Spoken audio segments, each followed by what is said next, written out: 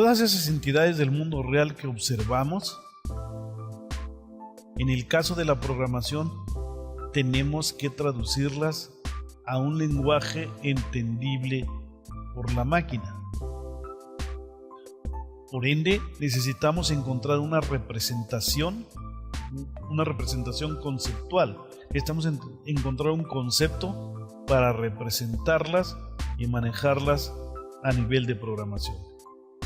De esta manera, para poder trabajar con objetos a nivel de programación, necesitamos de otro concepto denominado clase. Y una clase se considera un modelo o prototipo, o más en forma práctica una plantilla, a partir de la cual se crean los objetos de software. Sí, se le llama objeto de software una vez que ya la manejamos en código de un lenguaje de programación y que va a ser computado en un entorno electrónico. Es decir, que se va a poder manejar en una computadora. Entonces, en una clase se modela tanto el estado como el comportamiento, pero el estado se modela nada más en la caracterización de sus atributos o propiedades que le dan identidad, que lo definen. Y en su comportamiento sí, en su comportamiento todo completo. Más adelante veremos que un objeto de software es aquel cuando los atributos toman valores. Entonces, en este caso, una clase es el resultado de una abstracción. Sí, de una abstracción que es hacer un análisis de esas entidades del mundo real a nivel de sus características que van a definir su estado y de ese posible comportamiento que ha de tener el objeto, entidad del mundo real.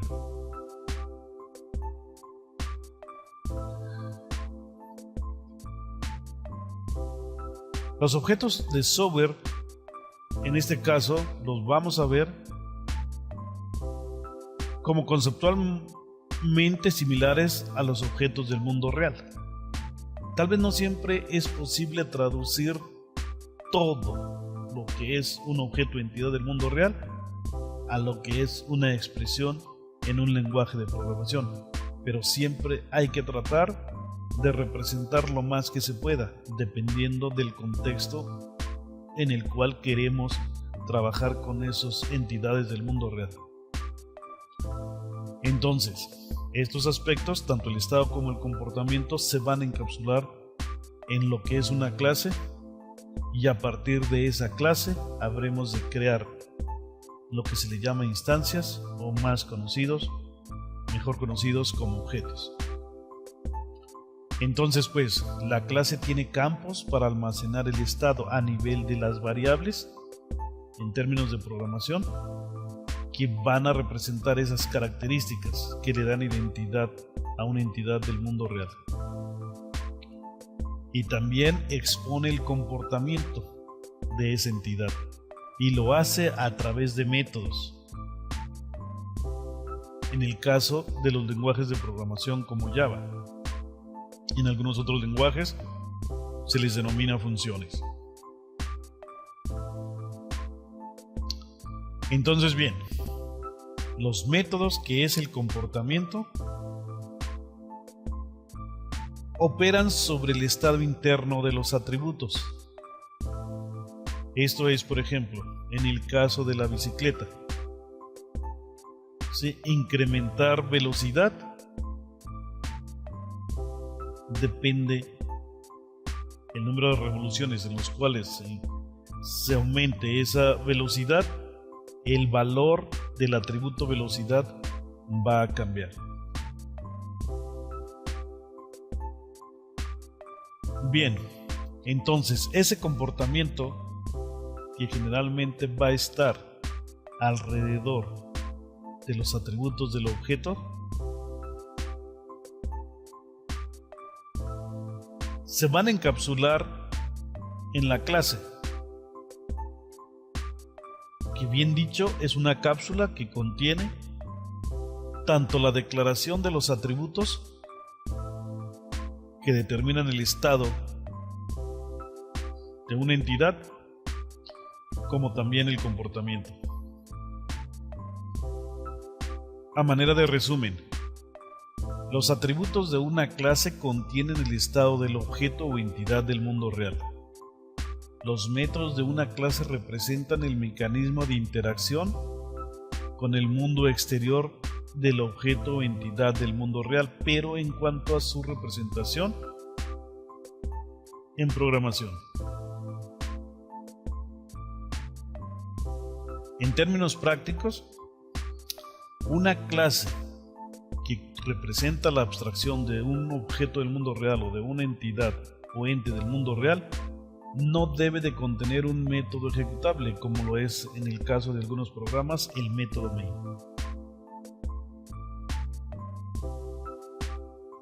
Vamos a ver un ejemplo. Tenemos la clase bicicleta, que tiene 3 atributos o campos: la cadencia, la velocidad y un tercero.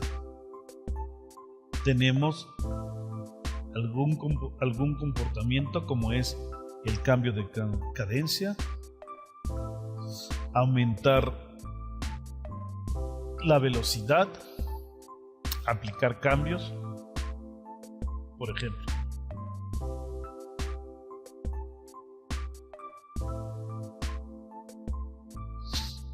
Bien, ahora vamos a tener un ejemplo de la implementación de objetos, de la creación de objetos. Por ejemplo,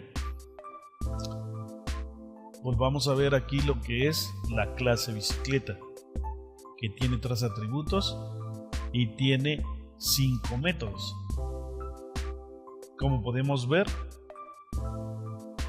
cada método está operando sobre los atributos.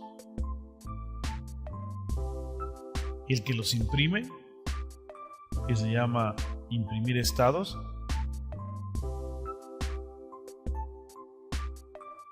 obtiene los valores que guardan actualmente esas variables o campos de la clase. Por ejemplo, aquí tenemos el objeto bike 1 y bike 2. Es importante distinguir aquí que en la clase no tenemos un método constructor. Los valores iniciales del estado los estamos asignando directamente. Sin embargo, en el caso de Java, tenemos un constructor por default que se llama igual que la clase. Es un método. Y ese método constructor se invoca junto con el operador new a la hora que estamos creando un objeto. Entonces, pues, una vez que ya tenemos creado nuestro objeto e inicializado, vamos a poder invocar o ejecutar ese comportamiento que se ha definido sobre ese objeto. Aquí tenemos el ejemplo de ejecutar una sola vez el comportamiento sobre el objeto bike 1, mientras que tenemos aquí en el ejemplo la ejecución del comportamiento del objeto bike 2 veces. Es importante destacar aquí que los objetos son una copia exacta de la estructura de la clase, solo que para el objeto 1 los atributos o campos de la clase pueden tener unos valores que definen el estado de ese objeto en sí mismo, mientras que los valores de los atributos o campos de esa clase, pero para el objeto byte2, pueden tener también sus propios valores que son completamente distintos que los del objeto byte1. Entonces, en este caso, los objetos comparten la misma estructura, el mismo esqueleto, pero los valores que determinan su estado son diferentes en uno que el otro. Casi nunca se van a dar objetos que tengan exactamente los mismos valores para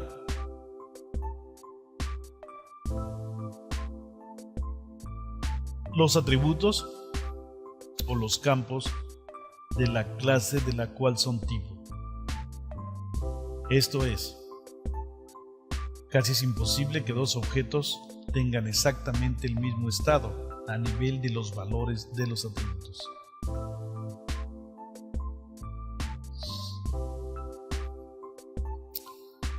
Resumiendo de nuevo, los atributos de una clase representan la caracterización o identidad de un objeto o entidad del mundo real. El estado del objeto o entidad del mundo real está expresado mediante los valores de los atributos. Vamos a continuar con el ejemplo de la clase bicicleta. Cuando se ejecuta el constructor, estos tres atributos o campos tienen estos valores iniciales. Una vez que se ejecuta el comportamiento, ¿sí?, el valor de cada uno de ellos cambia según los valores que les son enviados. En este caso estamos trabajando con el objeto byte1, ¿sí?, que originalmente tiene los valores 0, 0 y 1, y que después de haber sido ejecutado este comportamiento adquiere los valores, en vez de 0, 50, en vez de 0, 10, y en lugar de 1, 2, tal como está indicado acá. Si tenemos dudas de cómo es que se obtienen estos valores, podemos ver que aquí se invoca el método changeCadence con un valor de 50. Y si nos vamos acá, le llega el valor 50 y se le asigna, reemplazando con este valor 50 que le llega aquí el valor original que teníamos, que era 0.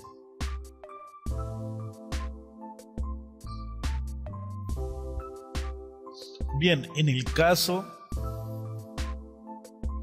de byte2, que se corre dos veces su comportamiento, originalmente tenemos 0, 0, 1. Después de ejecutar este comportamiento, se adquiere el valor de 50, el valor de 10 y el valor de 2.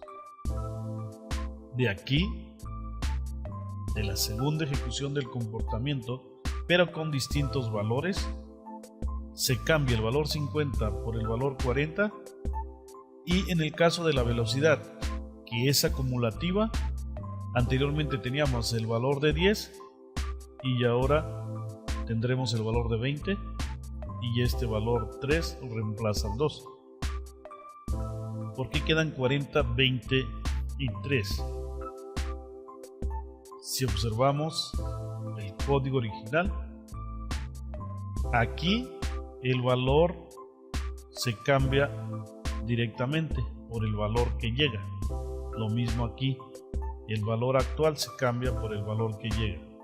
Mientras que en el caso de la velocidad, el valor actual se incrementa con el valor nuevo que llega.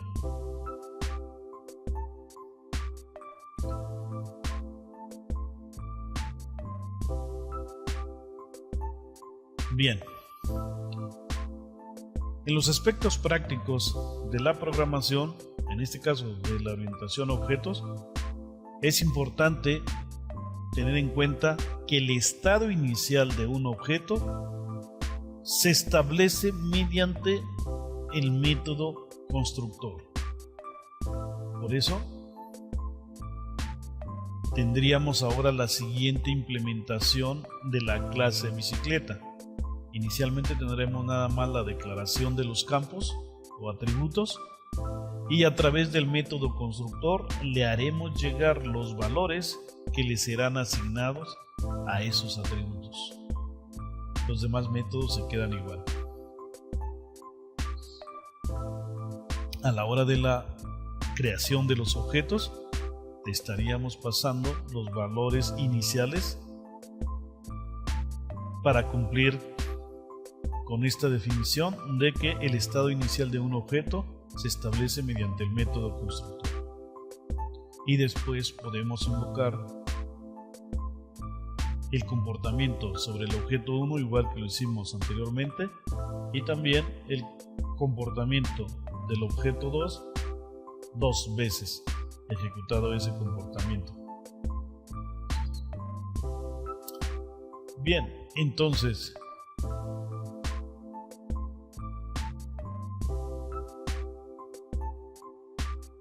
de esta manera, para el caso del objeto 2, tenemos que originalmente al ejecutarse el constructor adquiere el valor de 0, 0 y 1. Con la primera ejecución del comportamiento tenemos 50, 10 y 2. Y con la segunda ejecución del comportamiento tendríamos 40, 20 y 3.